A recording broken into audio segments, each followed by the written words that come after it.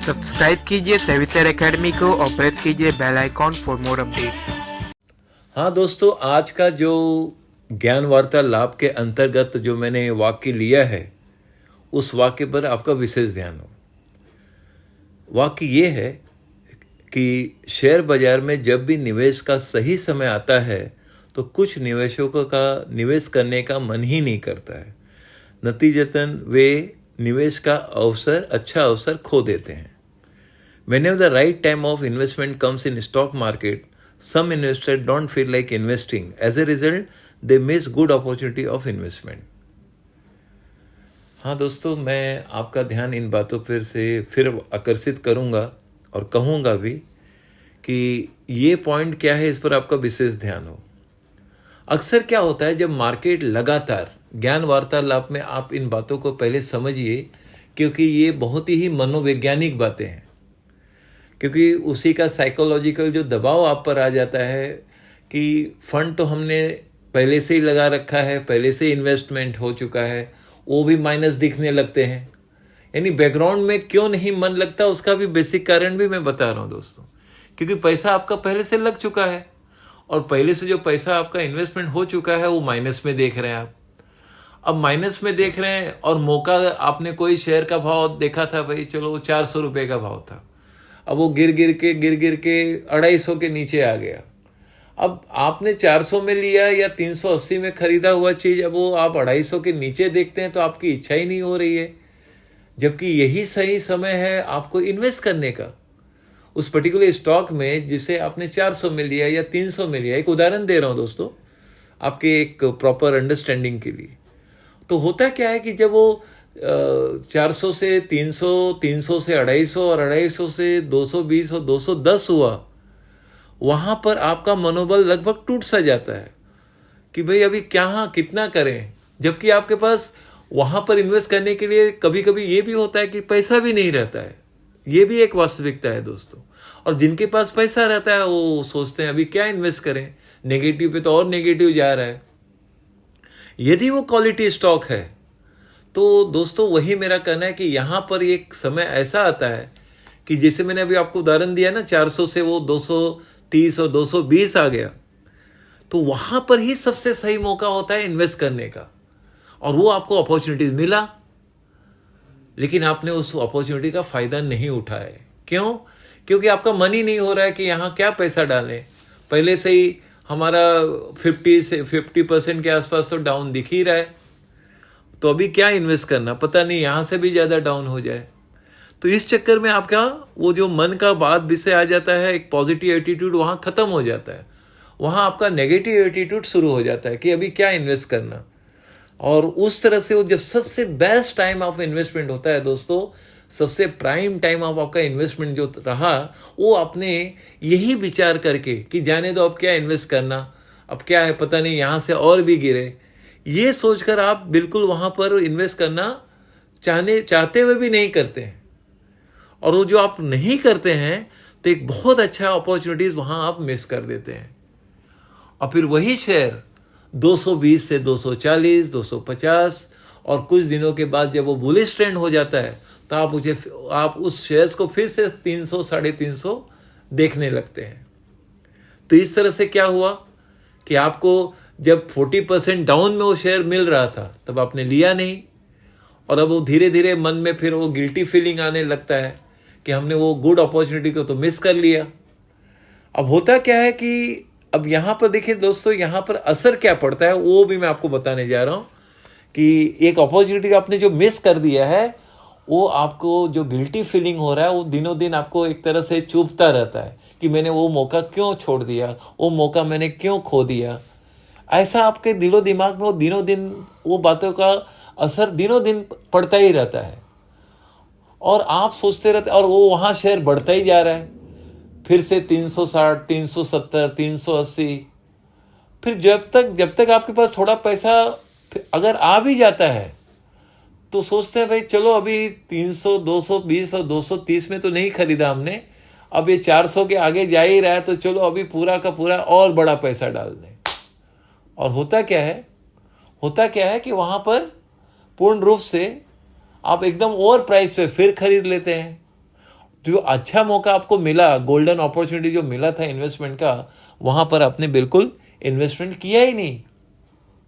और जिसके फलस्वरूप हुआ क्या कि अब अगला कभी खरीदने जा रहे हैं, वो खरीदने जा रहे हैं तो एकदम हाई प्राइस पे, और फिर वही बात कि आपने एकदम हाई प्राइस पे वहां पर ज़्यादा बड़ी रकम इन्वेस्ट कर दी।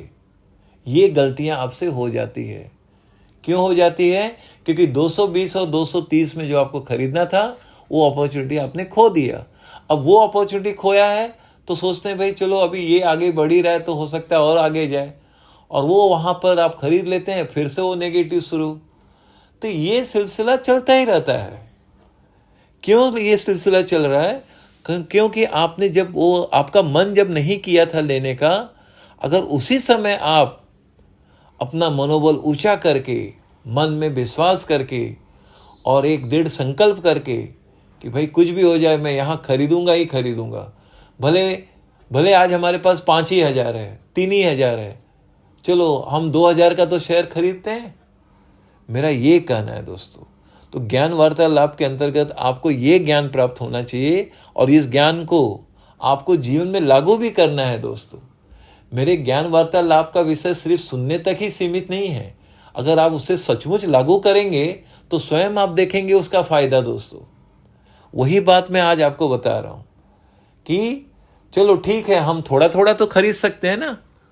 हम ये नहीं कहते हैं कभी भी दोस्तों कि आप एक साथ कोई बड़ी रकम इन्वेस्ट करें, और मार्केट में ने आज तक कभी कहीं भी सलाह नहीं दिया है कि कभी भी एक साथ बड़ी रकम इन्वेस्ट करने का। आपको ये करना है कि हाँ भाई चलो अच्छा मौका है, अच्छा स्टॉक है, क्वालिटी स्टॉक है, नीचे के भाव में आया है, हमारा बजट है, बजट के अंदर इस तरह से मैं थोड़ा खरीद सकता हूँ, तो मुझे वो खरीदना ही चाहिए।